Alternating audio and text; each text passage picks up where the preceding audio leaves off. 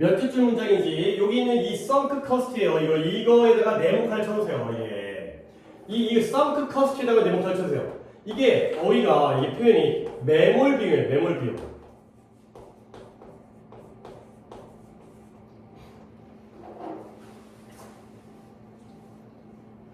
아니 뭐냐면 매몰 비용이 예를 들어서 여기도 이제 투자가 나오는데 주식 투자를 하게 되면 예를 들어서 내가 삼성전자에다 돈을 투자했단 말이지. 펴졌나? 펴졌지. 근데 삼성전자 가격이 떨어져. 그러면 어떻게 될까? 아니 물론 뭐 여러분들이 주식 투자를 하지 않기 때문에 어떤 상황인지 모르겠지만 그러면 돈을 쏟아놓은 거 아니야? 그러면 투자를 갖다가 접고 팔아야 되거든. 근데 안 팔고 그냥 거기에 매달려 있는 거야. 그 다음에 거기다 돈을 더 투자해. 아, 돈이 떨어지니까 돈을 더 투자해야겠다. 나중에 오르겠지. 근데 그러면 기획도 손해를 본다는 거지. 그리고 또 이제 예를 들어서,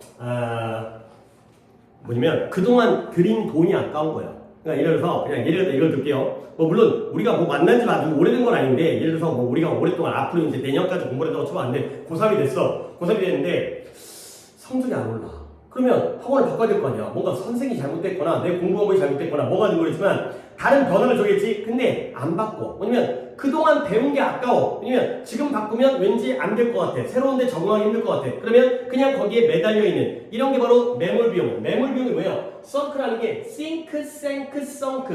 비용이 이미 여기에 가라앉은 거야. 미안한 마음이지만 학원에다가 너네가 이미 돈을 냈지. 그러면 그 돈이 여기에 다 가라앉아서 매몰되어진 거야. 근데 투자한 돈이 아까워가지고 그걸 과감하게 버리지 못하는 게 바로 매몰 비용의 오류가 되겠어요. 이미 비용이 들었다 하더라도 니네가 고3이 되면 지금이라도 바꿔야 될 거 아니야. 새로운 데서 더 열심히 공부를 해서 성적을 올려야 되지. 근데 이미 들인 돈이 아까워가지고 올바른 판단을 하지 못하는 이게 바로 매몰 비용의 오류가 되겠어요. 자, 뭐 예시가 나오니까 내가 든 예시야 뭐 삼성전자와 학원에 대한 얘기지만 또 다른 예시가 두 가지가 나옵니다. 자, 봐봐요. 우리가 무언가에다가 이미 투자를 한 거야. invested. 근데 그 무언가가 어떤 무언가냐면 우리에게 repaid us 보상을 해주지 않아요. 보답을 해주지 않아요. 삼성전자에 돈을 투자했으면 수익이 나야 될 거 아니야. 학원에다가 돈을 투자를 했으면 학원비를 냈으면 성적이 나야 될 거 아니야. 근데 우리가 우리에게 보상해주지 않는 무언가에다가 투자를 했어요. 근데 BE 여기다 밑줄 치고요. 일단 건너뛸게요. 그러면 어떻게 되냐면 우리는 매우 어렵다고 느껴요. 뭐가 어려우냐면 이 to walk away 떠나는 게 매우 어렵다는 걸 알게 된다는 거죠. 이 다목적어예요. Very difficult to walk away. 거기서부터 떠나서 멀어지는 게 매우 어렵다는 걸 알게 된 거죠. 우리한테 보상을 해주지 않은 무언가에다가 이미 투자를 해버리잖아. 그러면 그걸 떠나고 벗어나는 게 어렵다고 여긴다는 거야. 자, 그러면 중간에 안 했던 짝대기 부분을 다시 한번 설명드리면 이 be it이라는 게 be it A or B라는 뜻이에요. 표현이에요. be A or B. 뜻은 그것이 A든지 B든지 간에 라는 표현이에요. 그것이 A든지 B든지 간에 A든 B든 상관없이 라는 표현이고요. 근데 이게 또 내실에서 나오면 독해할 때 나오면 그냥 be A or B가 A든지 B든지 간에 라는 뜻인데 내실에 나오면 이걸 알아야 돼. 이게 원래 표현이 뭐냐면 whether it should be A or B. 원래가 이 표현이에요. 그것이 A거나 또는 B든지 간에 이 표현을 짧게 만든 게 바로 be it A or B가 되겠어요. whether 빼버리고 should 빼버리고 도치했어요. 그래서 be it A or B가 바로 whether it should be A or B. 이건 좀 참고를 해서 알아주시는 게 좋겠어요. 그것이 A든지 B든지 간이라는 표현이 이거구나. 다시 한번 우리에게 보상을 해주지 않는 대가가 없어. 열심히 투입했는데 투자했는데 근데 그것이 돈은 돈인데 어디 쓸 돈이에요? 실패한 사업. 내가 잘못된 치킨집을 차렸는데 치킨집에다가 2억을 투자한 거야. 치킨집이 얼마 되지? 근데 거기에 이익이 안 나. 맨날 적자야. 근데 그 돈이든 아니면 불행한 관계, 내가 여자친구를 사귀었는데 또는 결혼을 했는데 맨날 싸워. 그런데도 이제 시간이라든가 돈이라든가 뭐 데이트하려면 돈 들고 선물 사줘야 되고 그 다음에 시간 들여야 되잖아. 근데 거기에 들어가는 시간이든지 간에 결국 우리에게 보상해 주지 않는 그 무언가가 실패한 사업에 대한 돈, 투자금이든 아니면 잘못된 불행한 관계에서 내가 들인 시간이든지 간에 그랬을 때 우리는 그 돈과 그 투자, 그 시간으로부터 벗어나는 걸 어렵다라고 여긴다는 거예요. 이미 투자한 돈이 아까워. 그래, 내가 이렇게 만난 세월이 얼만데, 내가 이 치킨집에다가 투자한 시간과 돈이 얼만데, 그게 바로 매몰 비용의 fallacy 오류라는 거죠. 매몰 비용의 오류가 바로 잘못된 판단이 되는 거예요. 자, 그러면 왜 벗어나는 게 과감하게 치킨집 접고 그 다음에 뭐 헤어지고 이혼하고 이래야 되는데 왜 그러냐면 우리의 본능, 우리가 본능적으로 행동을 하는 거죠. 근데 우리의 본능이 뭐냐? 인스팅트 본능. To continue investing money or time, 시간과 돈을 계속해서 투자하는 거야. 치킨집이 안 좋으면 돈을 더 들여, 확장해. 그 다음에 뭐 알바를 더 써. 아니면 가격을 깎아줘. 아니면 여자친구랑 싸웠는데 헤어지긴 싫어. 그러면 선물 사줘. 뭐 또 이제 비위 맞춰줘. 이런 거죠. 근데 왜 그러냐면 왜 돈과 시간을 더 계속 투자하는 게 우리의 본능이냐면 원인, 뭐뭐 때문에 우리가 희망하죠. 뭐냐면 our investment, 우리의 투자가 판명되어질 거야. 밝혀질 거야. 뭐라고 판명되어지냐면 그만큼의 worthwhile, 가치가 있을 거라고 판명되기를 희망하면서 근데 언제는 in the end, 결국엔 지금은 치킨집이 망하고 있지만 수익을 못 얻지만 결국에 돈을 계속 투자하면 언젠가 대박이 나겠지. 언젠가 얘랑 행복하게 사이가 좋아지겠지. 이렇게 결국에는 가치 있는 것이다. 이 투자가 가치 있는 것이다. 이렇게 희망하기 때문에 돈과 시간을 계속해서 투자하는 게 바로 우리의 본능이라는 거예요. 이미 들어간 비용도 아깝고 그러니까 뭔가 이게 유명하잖아. 내가 내 판단이 틀렸다는 걸 인정하기 싫어하잖아. 내가 이 여자를 선택을 했어. 결혼 상대 또는 연애 상대로. 근데 그 판단이 내가 잘못 생각했네. 그게 싫은 거야. 그게 싫다 보니까 아니야. 이 여자는 좋은 여자야. 내가 좀 더 좋게 사귈 수 있어. 치킨집 잘 열 거야. 계속해서 성공할 거야. 이런 희망 때문에 이 학원 다니면 성적 오를 거야. 이러한 희망. 들인 돈도 아깝고 내 판단도 잘못됐다는 걸 인정하고 싶지 않기 때문에 계속해서 돈을 투자하는 게 바로 우리의 이런 매몰 비용에 오류하는 본능이 되는 거죠. 오케이? 그러면 오히려 포기하는 거 있잖아. 안 되겠다, 그치? 안 되겠다, 이 여자. 그래서 포기하는 건 뭘 의미한다? acknowledge, 인정하는 거야. 뭘 인정하냐면 we've wasted something, 우리가 무언가를 낭비했다는 걸 인정하는 거지. 내가 치킨집을 접었어? 그럼 그동안 들인 2억은 날아가는 거 아니에요. 근데 어떤 무언가예요? We can get back. 우리가 되돌려 받을 수 없는 무언가를 낭비했다는 거죠. 내가 이 여자 만나면서 들인 시간, 그 이제 데이트 비용, 이거 못 돌려받잖아. 헤어지면서 돌려달라고 얘기할 수 없기 때문에 투자한 비용을. 그러니까 그걸 낭비했다는 걸 인정하는 거야. 그 인정이 너무 싫은 거지. 그리고 that thought, 그 생각이 너무너무 고통스러워. 내가 잘못된 판단을 했구나. 내가 시간과 돈을 낭비해버렸구나. 그래서 우리는 어떻게 하느냐. So that we prefer to avoid it. 그걸 피하는 걸 선호한다는 거야. 근데 뭐 할 수 있다면 할 수만 있다는 거야. 그러니까 치킨집을 갔다가 접고 이제 폐업을 해야 되는데 그 생각이 너무 고통스러우니까 가능만 하다면 그래 그래도 적자이긴 하지만 그래도 뭐 어차피 밥은 먹고 사니까 그래 이 여자랑 맨날 싸우긴 하지만 그래도 여자친구 없는 것보다 나으니까 가능하다면 그걸 피하려고 피하는 걸 선호를 한다는 거죠. 오케이? 자 그러면 봐봐 한 번 더 정리합니다.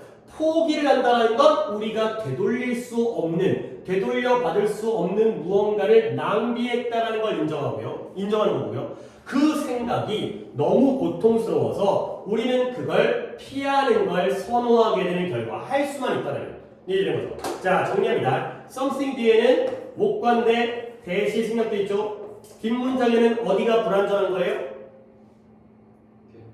get back인데 get 뒷자리가 더 좋아요. get back 뒷자리보다는 get something back. 그 무언가를 돌려받을 수 없어요. 이미 투자한 돈은 시간이에요. 그리고요, 그 생각이 뭘 가리킬까요?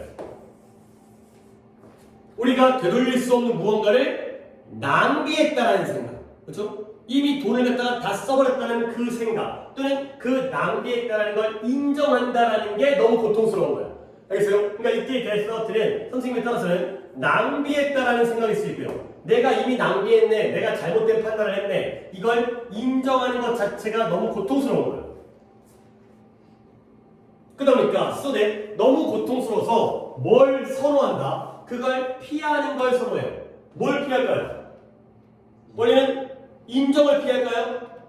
포기를 피하는 거죠. 그렇죠?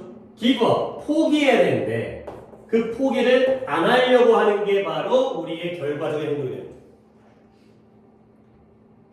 이제 접어야 되는데, 폐업해야 되는데 그걸 안 하려고 해.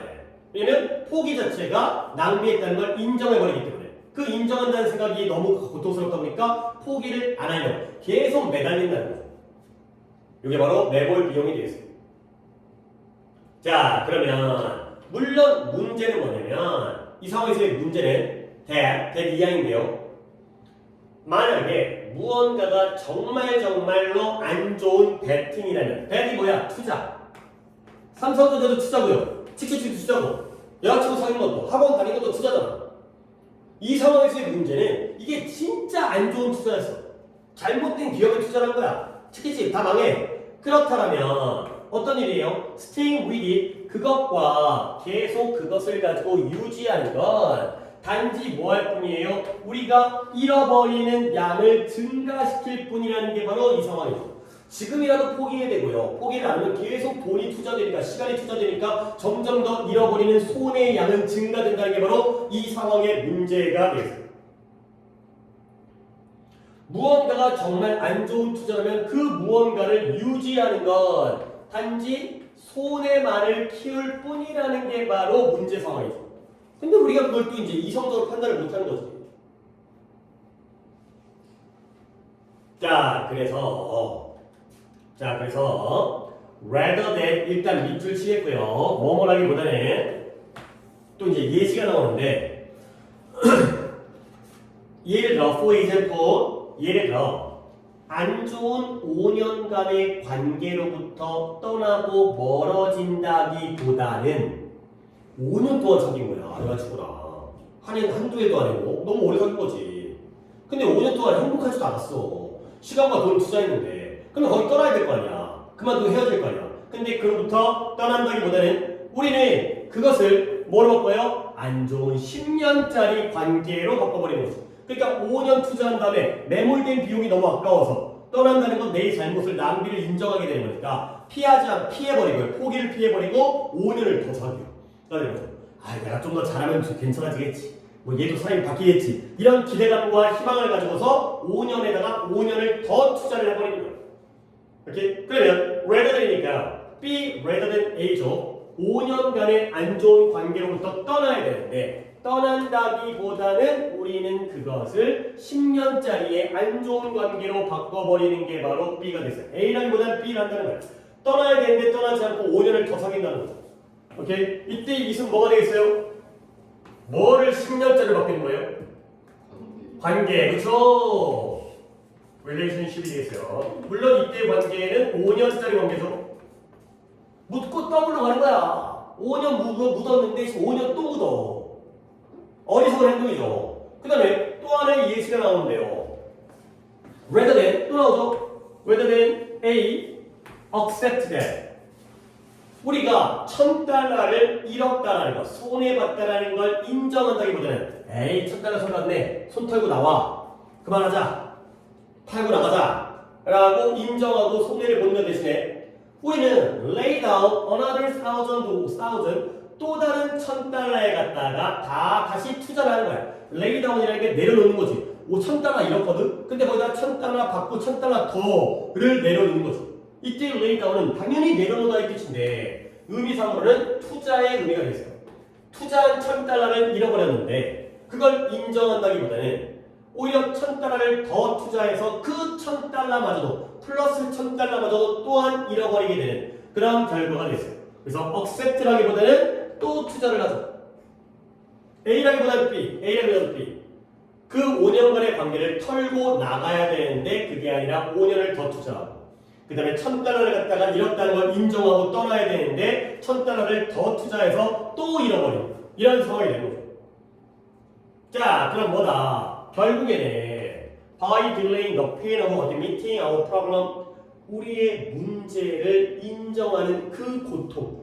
내가 실수했구나, 내가 실패했구나, 내가 이걸 잃어버렸구나, 돈을 낭비했구나, 이런 것들을 인정하는 그 고통을 자꾸 미루어. 그러니까 지금 당장 손해를 갖다가 실현시키고 싶지 않아. 그럼으로써 우리는 그것을 더 계속해서 더하고 추가를 하는 거죠. 오케이?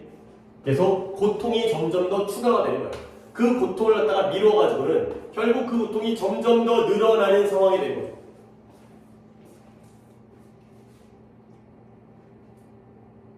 자, 뭐 문장, 이제 거의 마지막 문장인데요. 거의가 아니라 마지막 문장인데요. 그러면 가끔씩 우리는 뭐 해야 된다? Cut our losses가 되겠어요.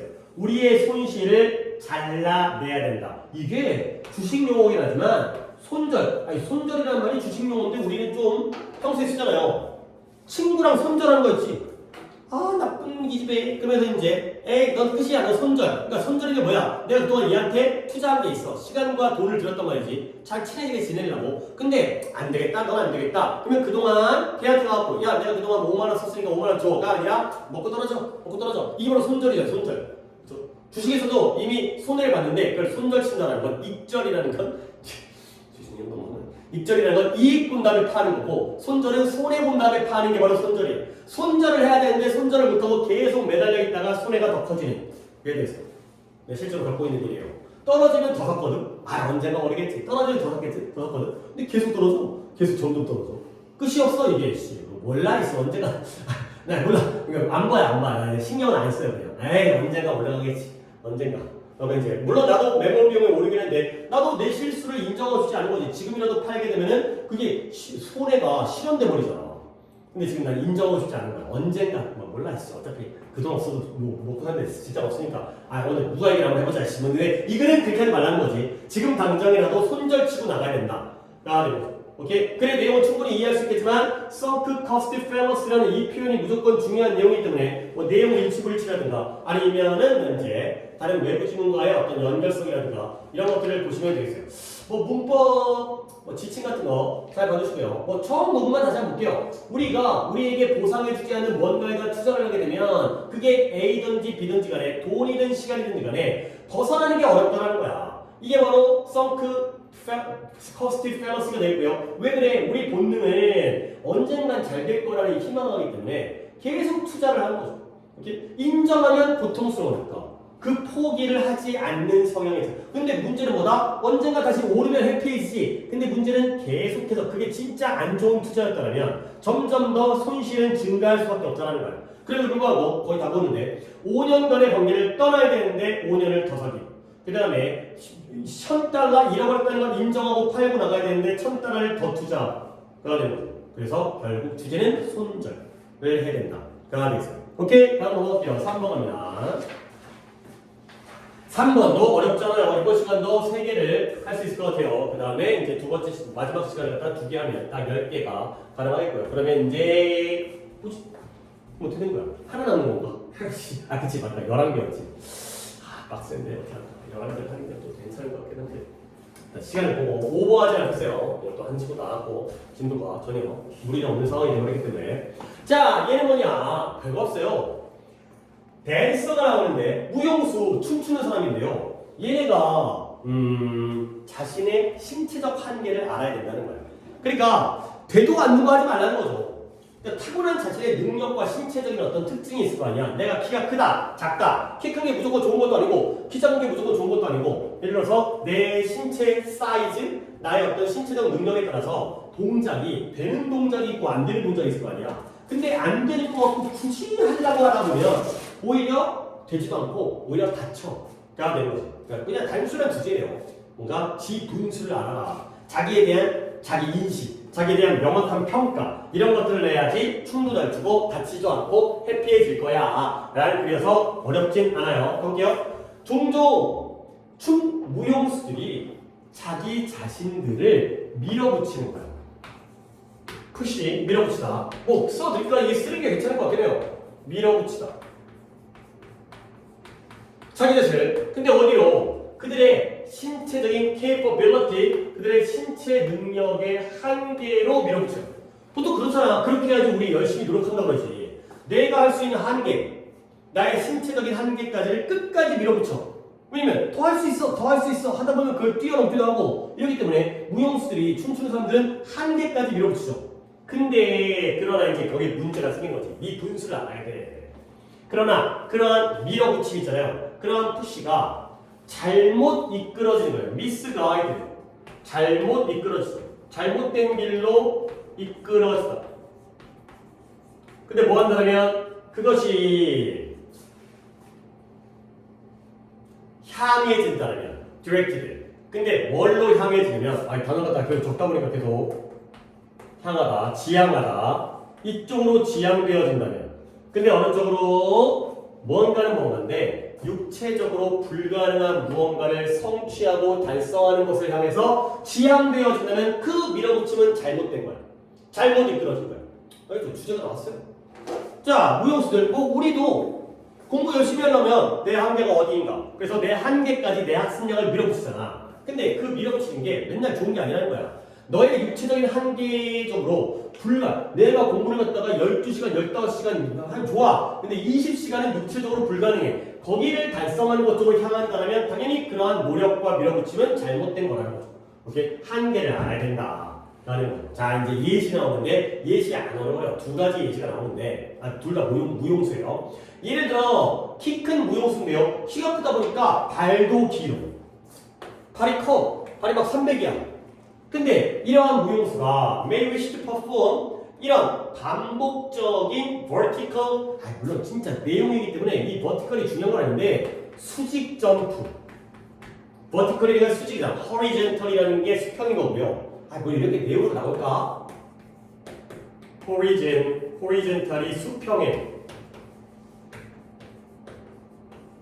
horizon 지평선 수평선. 그러니까 버티컬 점프는 뭐예요? 수직 점프니까 위아래로 점프하는 게 버티컬이고요. 호리젠털 점프가 있는지 모르겠어요. 점프의 명칭이 수평이니까 옆으로 뛰는 거.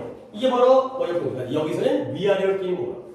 그래서 키가 크다 보니까 발도 큰 무용수가 반복적으로 위아래로 점프하는 걸 이게 공연하려고 그러한 동작을 공연하기를 갖다가 바라는 거야. 근데 어디에 맞춰서 빠른 음악에 맞춰. 그것도 졸라 빨리 왔다 갔다 뛰어야 돼. 뛰었다 내렸다 뛰었다 내렸다 뛰었다 내렸다. 근데 그러다 보면 이 점프를 할 때 무용수가 뭔가 발레인가 봐요. 좀 이뻐야 되잖아. 그의 발을 갖다가 뾰족하게 하는 거야. 근데 뭐 하는 동안? 공중에 있는 동안.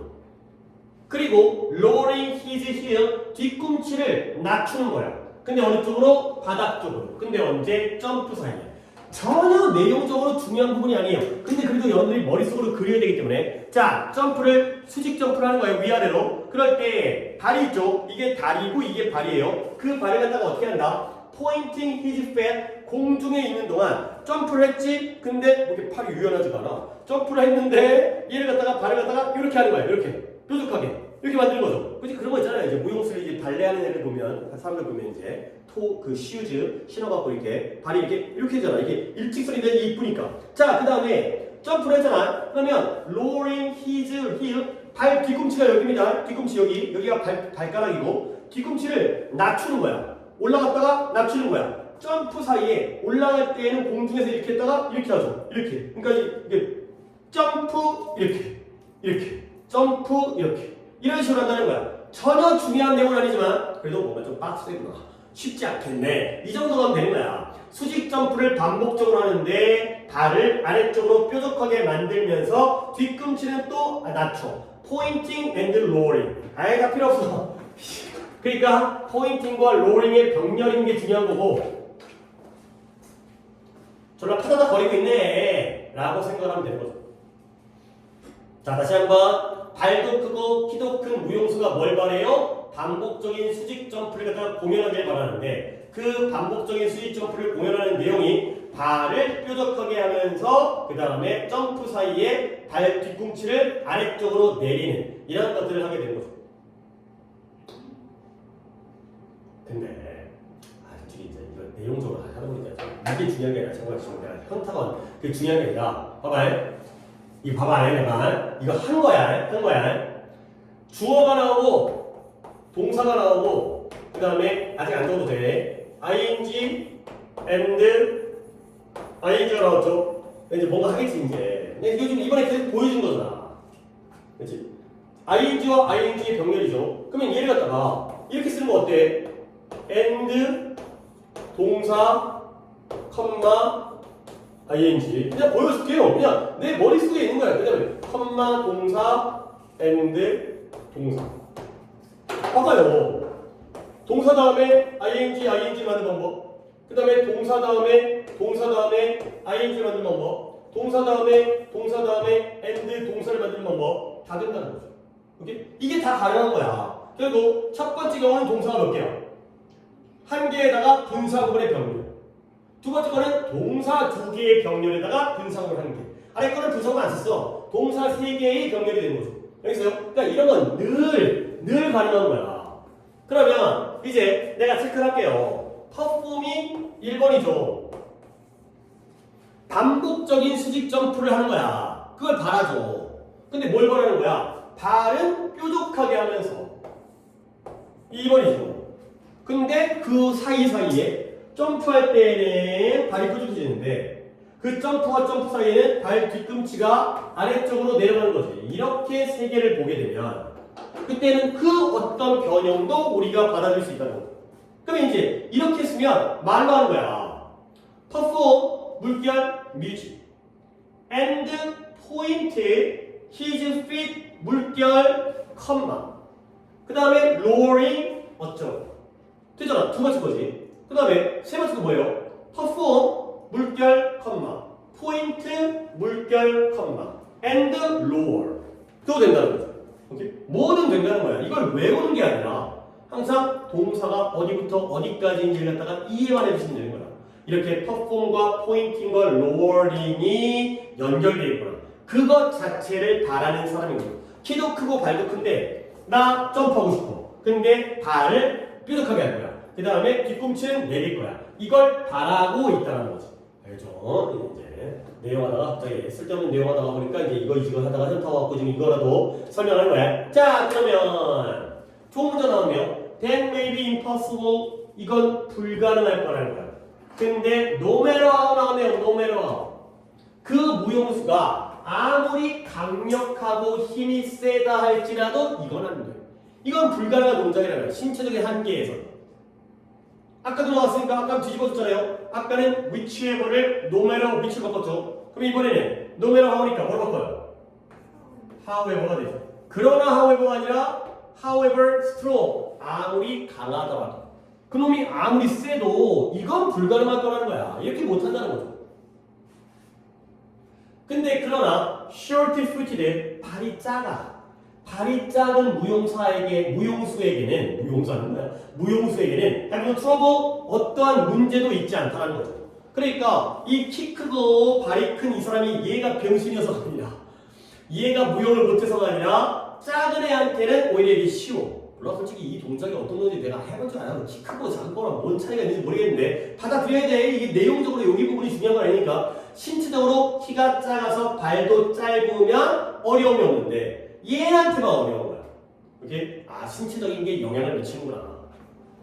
그 한계 바깥으로 밀어붙이는 건 안 좋겠구나. 자, 그러면 이제 두 번째 신자 역시 무용수예요. Another dancer may be struggling. 또 다른 무용수가 굉장히 노력하고 고생하고 있어요. 고생. 근데 뭐 하기 위해서 to complete a half-turn in the air 공중에서 반바퀴 회전을 갖다가 완성하기 위해서 고생하고 뭐가 어려워? 어쨌든 반바퀴를 더 이쁘게 해야 되는 거지. 반바퀴니까 반바퀴 회전이니까 이렇게 되는 거잖아. 그렇지? 이제 한 바퀴를 도는 것도 아니고. 그죠? 근데 무용수가 이걸 하는데 완성하기 위해서 어렵다는 거지. 뭐 김연아 뭐 스트리플 학생 뭐 3.5바퀴 도는 거 아니야? 근데 understanding 이해를 해야 되는 거야. 근데 뭘 이해하냐면 이거 주어가 상당히 기네요. understanding 주어고요. 뭘 이해하냐면 connection 관계를 이해해야 돼. 근데 무엇과 무엇 사이의 관계냐? between 다음에 and가 여기 있네요. between A and B. A는 뭐예요? 빠른 회전 속도가 A가 되고요. 그 다음에 B가 alignment예요. alignment라는 것 니네 스펠링이 달라 보이잖아. 이 라인이 라인이에요. 라인. L-I-G-N 이 자리가 L-I-N이에요. L-I, 선. 그래서 alignment 하면 한 줄로 만드는 거야. 한 줄로. 그게 뭐예요? 정렬. 정렬하세요. 이거잖아요. 선생님, 정렬. 이거죠. 정렬하면 열정이 되는 거고, 열하면 열. 정렬. 근데 무엇을 정렬이야? 우리의 몸을 정렬하는 거야. 똑바로 하는 거야. 근데 어디가 가깝게? rotation axis가 회전축이에요. 회전축에 가깝도록 몸을 정렬하는 거예요. 이 둘 사이의 관계를 이해하는 것이 얼라이먼트가 B가 되어 있어요. 회전 속도가 A고요. 그 다음에 몸을 갖다가 회전축에 가깝도록 정렬하는 게 B예요. 우리 상식적으로 우리가 몸을 갖다가 회전한다고 했을 때 우리 몸이 꾸부정 하게 되는 거랑 일자로 딱 그러니까 이렇게 돌 거잖아요. 이렇게 돌 거잖아. 회전축이 여기죠. 여기 이게 이거에 가깝게 딱 정렬되는 것 중에 뭐가 더 빠르겠어요? 가깝게 정렬되게 빠르겠죠. 정렬은 몸을 딱 모아가지고 일자로 회전축에 맞춰서 돌면은 회전수가 빠르지 않겠어요? 약간 이렇게 돼 있으면 느리게 도는데 그런 것들을 이해한다는 거야.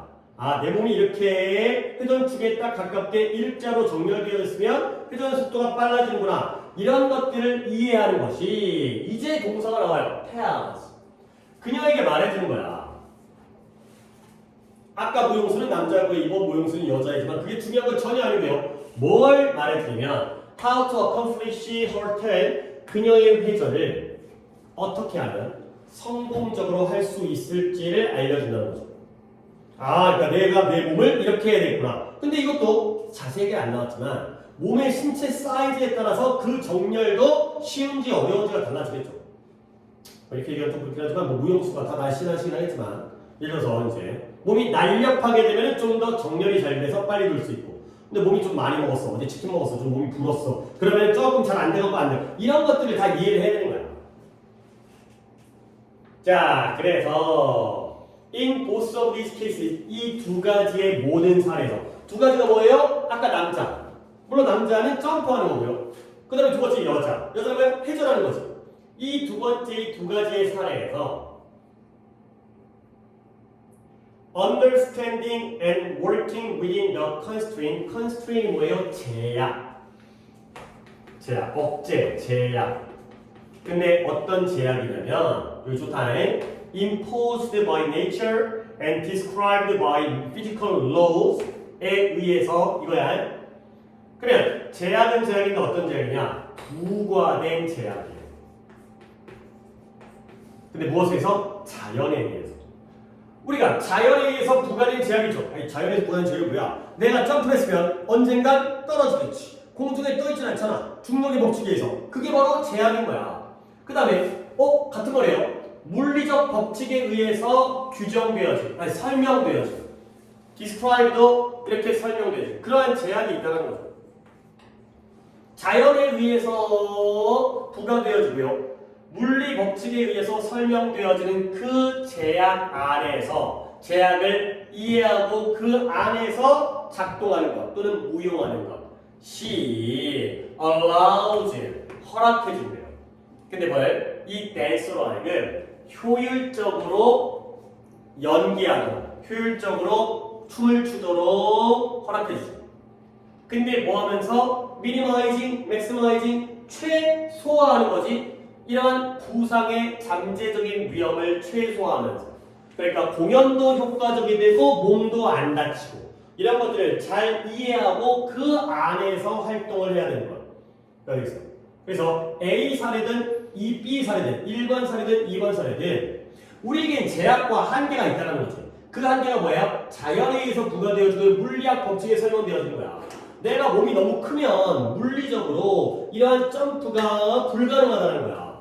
내가 몸이 좀 불었으면 이런 회전이 불가능하다는 게 한계가 있다는 걸 이해하고 그 안에서 무용을 해야지만이 춤도 효율적으로 출 수 있고 괜히 다치지 않을 수 있다. 부상의 위험성을 줄일 수 있다. 가 되는 거죠. 자, 그러면 봐봐요. 내가 병렬을 이렇게 해볼게요. understanding and working within까지다가 밑줄 칠게요.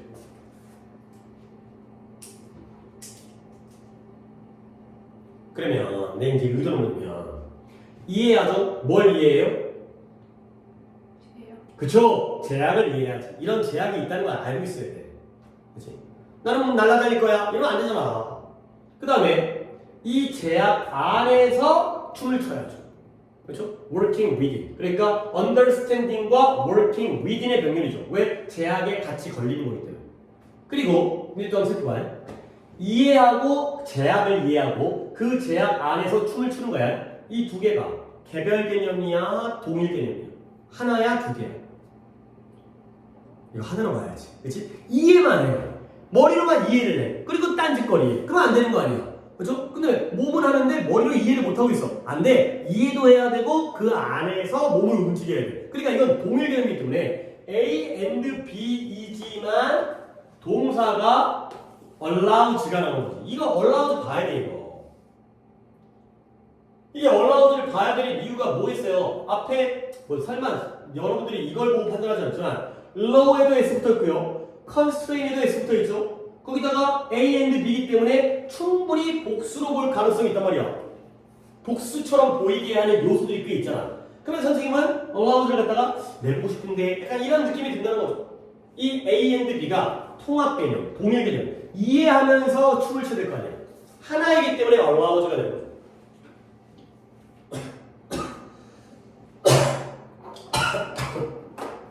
왜 갑자기 침이 내 목구멍에 내 침이 걸려갖고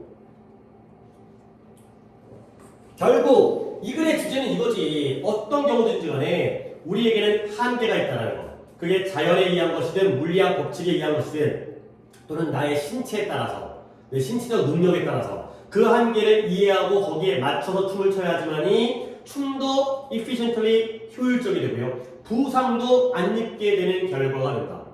라는 거죠. 오케이? 그러니까 전반부부터 다시 볼게요. 뭐 예시, 두명, 예시, 두명, 점프 뭐 이거 회전 뭐 중요한 게 아니야. 그냥 이게 no matter how라든가 이런 표현만 잘 받으시면 되겠고요. 그래서 앞부분에 보통 춤추는 사람들은 자기 자신을 갖다가 육체적 한계까지 막 밀어붙이거든. 근데 신체적, 육체적으로 안 되는 건 있어. 그런 제약은 있어요. 근데 그 불가능한 걸 갖다가 달성하는 쪽으로 그 노력이 지향되어지면 그 노력을, 그 밀어붙임은 잘못된 것이다. 우리는 그 안에서만 활동을 해야 된다. 그래야 안 다쳐. 라죠. 안 어렵죠. 오케이. 그 다음에 넘어가 더 있어요. 하나를 더 할 수 있죠. 그러니까 지금 우리가 13강에서 3번 했으니까 14강 건너뛰고 15강에 0번이 아니라 15강에 1번이 되겠어요. 그 빠지는 거 공지가 어떻게 그러니까 교실 게시판에 떴나요? 네. 같겠죠. 지금 이제 우리가 빠지는 거 혹시라도. 자, 그래서 15강의 1번. 얘는 이거 뭐야? 무관한 문장이 무관한 문장. 무관한 문장이다 보니까 무관한 문장 빠지니까 글의 길이는 별로 길지는 않고요. 근데 약간 조금 약간 중간에서 약간 이야기의 반전이라든가 이런 게 있기 때문에 약간 순서 쪽을 좀 잘 봐주시면 될 거고요. 너무 내용적인 세부사항도 있긴 한데 세부사항보다는 글의 흐름을 이해하는 게 좀 좋은 글인 것 같아요. 내가 복습을 당연히 우리 복습할 시간이 여유가 생겼기 때문에 복습을 모든 질문들을 다 이번에 복습할 수가 있는 상황인데 두 번째 할 때 다 예상 유형은 말씀드리겠지만 딱 봤을 때 이 순서 쪽이 나올 것 같다라는 게 첫 번째 나는 이제 드는 생각이고요. 글의 흐름을 잘 이해하시면 되겠어요. 일단 글의 파악을, 글의 주제를 알아야지 뭔 놈의 그 흐름을 이해하는 거지. 가볼게요. 최소한의 처리, 가공. 프로세스가 처리하잖아요. 근데 여기서 이제 음식을 가공하는 거예요. 최소한의 가공이 가장 좋은 방법 중에 하나예요. 뭐 하는 방법? 원하고 다음에 베스트 웨이지니까 복수를 한번 확인하시고요. 뭐 하기 위한 가장 좋은 방법이냐면 원래의 그 풍미와 플레이버도 맛이라는 뜻인데 여기서는 조금 더 의미를 원래의 풍미와 원래의 맛 음식에는 어떤 풍미의 밑자도 맛밑자인데 원래의 풍미와 원래의 맛을 갖다가 유지시켜주는 제일 좋은 방법이라는 거야. 근데 뭐 없이 어떠한 필요, 추가할 필요 뭘 추가하냐? artificial flavoring, 인공향료 MSG 이런 거 있잖아요. 인공향료라든가 아니면 어디티브 첨가제 이런 것들에 대한 추가 또는 지나치게 많은 소금 이런 것들을 추가할 어떠한 필요성도 없이 원래의 풍미와 맛을 유지하는 최고의 방법은 최소한의 가공이다. 가 되는 거죠. 그러니까 음식할 때 물론 나도 음식을 안 해먹어서 잘 모르긴 하는데 그런 첨가체? 제정신이 아니에요. 첨가제 추가적인 첨가제 우리 아니야 요리 안 해봤지만 이게 양념 많이 쓰는 게 좋은 게 아니라며 그렇죠? 뭐 이렇게 그러니까 뭐 인공 감미료라든가 이런 것들 그러니까 재료가 좋으면 그 재료의 본연의 맛 그잖아 그렇지? 아유 소고기 툭 뿌리면 적당히 그냥 겉에만 구워도 맛있잖아. 그렇지? 양념 안 하는 게 맛있잖아. 그러니까 생으로 먹는다는 게 물론 뭐 육회라든가 이런 것도 있긴 하지만 고기를 갖다가 양념 안 하고 그냥 볼래. 그거 알아요? 그 갈비 중에서 그 양념갈비랑 생갈비가 있는데 생갈비가 더 비싸요. 왜냐면 생갈비는 더 고기를 고급을 써야 돼요. 양념갈비는 양념을 하니까 고기의 질이 좀 떨어져도 양념으로 커버칠 수 있거든. 근데 생갈비는 본연의 맛으로 우리가 이제 승부하기 때문에 더 좋은 고기를 생갈비에 쓴대요. 그런 거야. 아이고 입이 침이 왜 보여.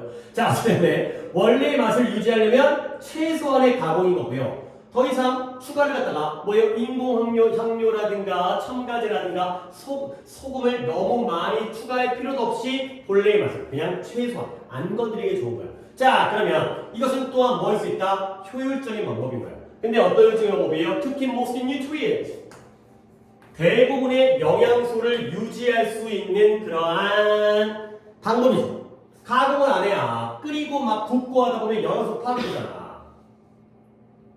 근데 어떤 영양소냐? 특히 가장 민감한 영양소예요. 근데 그 민감한 영양소의 예시가 such as 많은 비타민이라든가 아니면 엔티옥시던트라는 게 산화방지제라는 게 산화방지제 이것도 영양소의 일종이에요. 우리 몸이 산화되는 걸 막아주는 그 역할을 하는 게 산화방지제인데요. 이와 같은 가장 민감한 것들의 경우에 이런 것들을 유지시켜주는 제일 효과적인 방법이 바로 미니멀 프로세싱이 되세요. 최소 가공이 되는 거죠. 그러면 여러분들 이 민감하다는 거 있잖아. 민감하다는 거. 이 민감하다는 게 어떤 의미인지 알아야지. 그러니까 가공을 안 하면 영양소가 유지되는 효율적인 방법이죠. 그러면 이 민감하다는 건 가공을 했을 때 영향을 받는다는 거야, 안 받는다는 거야? 영향을 받는 게 민감한 거지. 그러니까 이 영양소들은 졸라 민감해. 그러니까 끓이면 파괴돼 버려. 알겠어요? 뭐 소금 치면 없어져 버려. 그런 게 바로 민감하다는 거야. 이때 민감하다는 건 가공의 영향을 받는다의 의미가 되겠어요. 가공했을 때 영향을 쉽게 받아가지고 파괴되어지는 영양소의 경우에는 그런 영양소, 뭐 예를 들어서 비타민이라든가 산화방지제 같은 애들의 경우에는 이런 것들을 유지하는 가장 좋은 방법이 바로 최소한의 가공이 되는 거죠. 그대로 먹어야 돼. 자, 그래서 밀링이라는 게 밀이 가는 거예요. 밀스톤, 맷돌. 윈드밀, 그 풍차가 뭐예요? 풍차 뭔지 알죠? 방앗간에서 풍차를 돌려가지고 그 곡식을 갈잖아요. 나도 진짜 본 적은 없지만 풍차가 돌아가면서 기계가 거기 안에 들어가고 곡식을 빻아갖고 가루를 만드는 게 바로 풍차야. 그래서 밀링이라는 게 약간 이런 말이에요.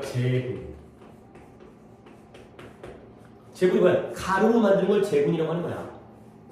근데 이런 시리얼 우리 그 아침에 우유 타먹는 그 시리얼이 곡물이라는 뜻이죠.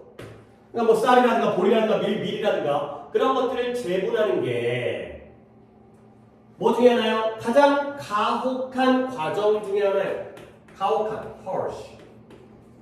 근데 뭐 할 수 있는 which dramatically affected nutrient content 영양분의 함유량 컨텐트가 내용물이잖아요. 그러니까 컨텐트가 얼만큼의 영양분을 내용으로 담고 있는지에 급격하게 영향을 미치는 그러한 가혹한 과정이라는 거예요. 결국 곡물을 가는 건 좋다는 거야, 나쁘다는 거야? 나쁘다는 거야. 갈아버리면 너무 가혹해. 이 영양 성분이 영양 함유량에 영향을 미치는데 부정적 영향이 되겠죠. 다 파괴돼, 갈아버리면. 자, 그 다음에 비록 이 곡식이 그레인도 시리얼처럼 곡식 곡물이죠. 이 곡물들이 양보해요. 원래 곡물이라는 건 쌀이든 보리든 뭐 있어 콩이든 이런 곡물들은 자연적으로 원래 매우 풍부해요. 뭐가 풍부해요? 마이크로 뉴트리엔트, 미량 영양소가 됐어요. 그러니까 미량 영양소는 뭐냐면 우리가 영양소 중에서 대표 영양소, 3대 영양소가 뭐예요?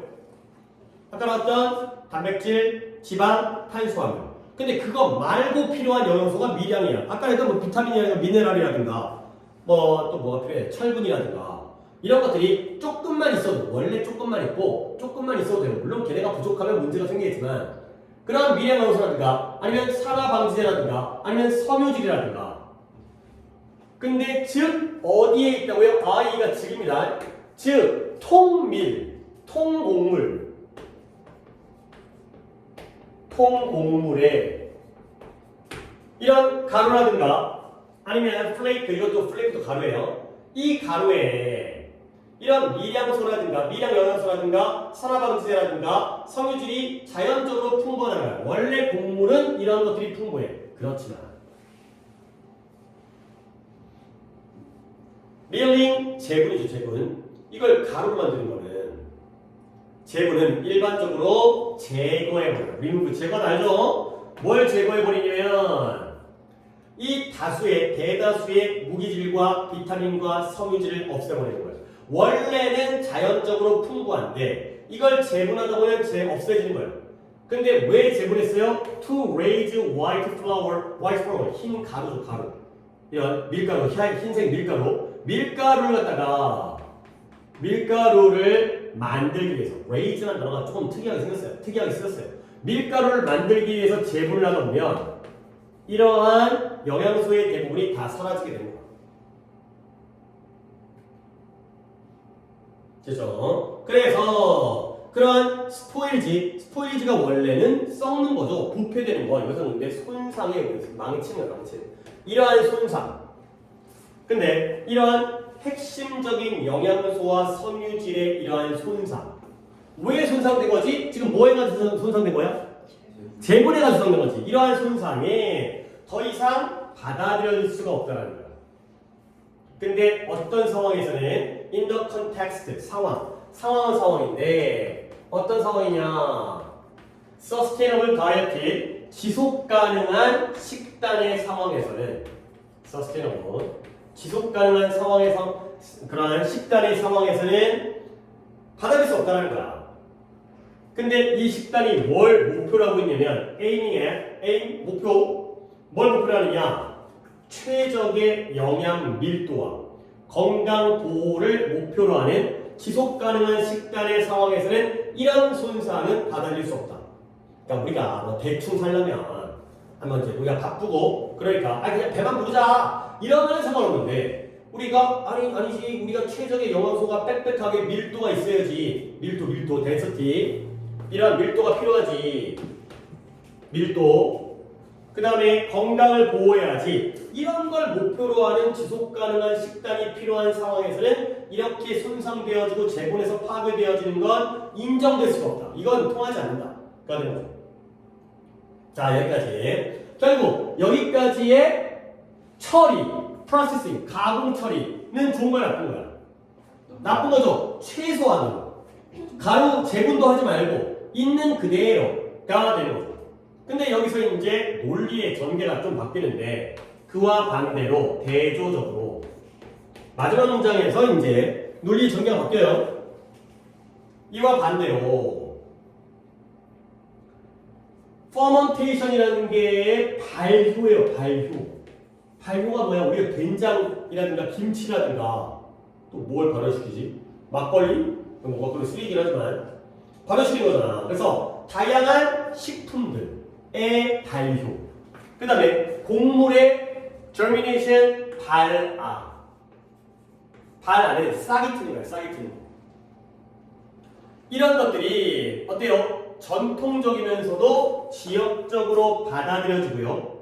그리고 low energy, 낮은 에너지가 되면서 매우 영양가 있는 과정이 되는 거야. 근데 무엇에 의하면 이런 많은 관심을 가지고 있는 그러니까 사운드라는 게 관심이 막 들린다는 거지. 그래서 여기 좀 참고 좀 할게요. 거기 해석에 뭐라고 돼 있어요? 관심인데 어떤 관심이라고 돼 있어요? 옆에 해석에 알려진, 들려진 거기 때문에 사람들한테 이런 관심이 들려져. 그래서 알려진 관심을 받고 있는 그 관심이 숨겨져 있는 게 아니라 막 들려. 여기 관심이 있구나. 여기 관심이 있구나. 이런 것들을 할 수 있는 과정이다. 그래가지고 다시 한번 정리할게요. 마지막 문장. 봐봐요. 발효라는 게 뭐예요? 김치 같은 거 담가두면은 정확하게 잘 모르겠는데 뭐 김치에서 유산균이 만들어져가지고 그 유산균이 김치의 성분을 바꿔갖고 김치가 익어가면서 우리에게 영양분이 더 생기잖아. 김치 딱 먹었을 때 약간 되게 시원하고 상쾌한 느낌. 약간 뭐라는 느낌 있잖아요. 되게 익은 김치에 대한 느낌. 그 다음에 발화라는 게 뭐예요? 곡물이 싹이 트는 거야. 곡물에 싹이 트면은 그 싹이 튼 것이 이제 성분의 변화를 일으켜서 좋아지는 이런 것들은 오히려 전통적이고 지역적으로 접근 가능하고요. 액세서블 동네에서 그 지역에서 그 다음에 에너지도 많이 들지 않으면서 아주 매우 영양가 있는 과정인데 알려진 관심을 받고 있다는 거죠. 결국 이것도 발효와 발화도 하나의 가공인데요. 이때 발효와 발화는 플러스야 마이너스? 플러스가 되는 거죠.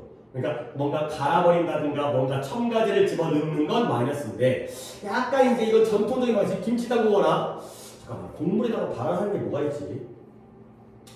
이건 그거가 있다. 이거 매주 있잖아요. 매주가 콩을 갖다가 갈아갖고 그거 갖다가 거기에 그 이제 약간 그 병균이 생기는 거지. 매주 같은 거 갈아놓으면 그걸로 된장 담그고 간장 담그고 이렇게 하는 거잖아. 그런 것들은 오히려 좋은 방법이다. 약간 전통적인 이런 방법들은 오히려 좋다가 있어요. 오케이. 그래서 논리적인 흐름이 다시 한번 가공을 최소한으로 하는 게 맛을 유지시켜줘. 뭔가 더 칠 필요가 없잖아. 그 다음에 영양소도 잘 유지시켜줘. 특히 민감한 영양소의 경우에는.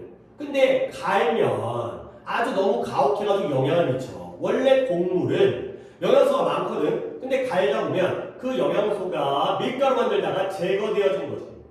그 다음에 그러한 손상이라는 게 그런 재분에 의한 손상은 인정할 수가 없다는 거야. 여기까지 가공이 마이너스였는데 마지막에서 근데 이와 대조적으로 발효와 발화는 그래도 괜찮은 방식이다 까지가 되겠습니다. 오케이 이렇게 됐고요. 잠깐 쉬도록 하겠어요.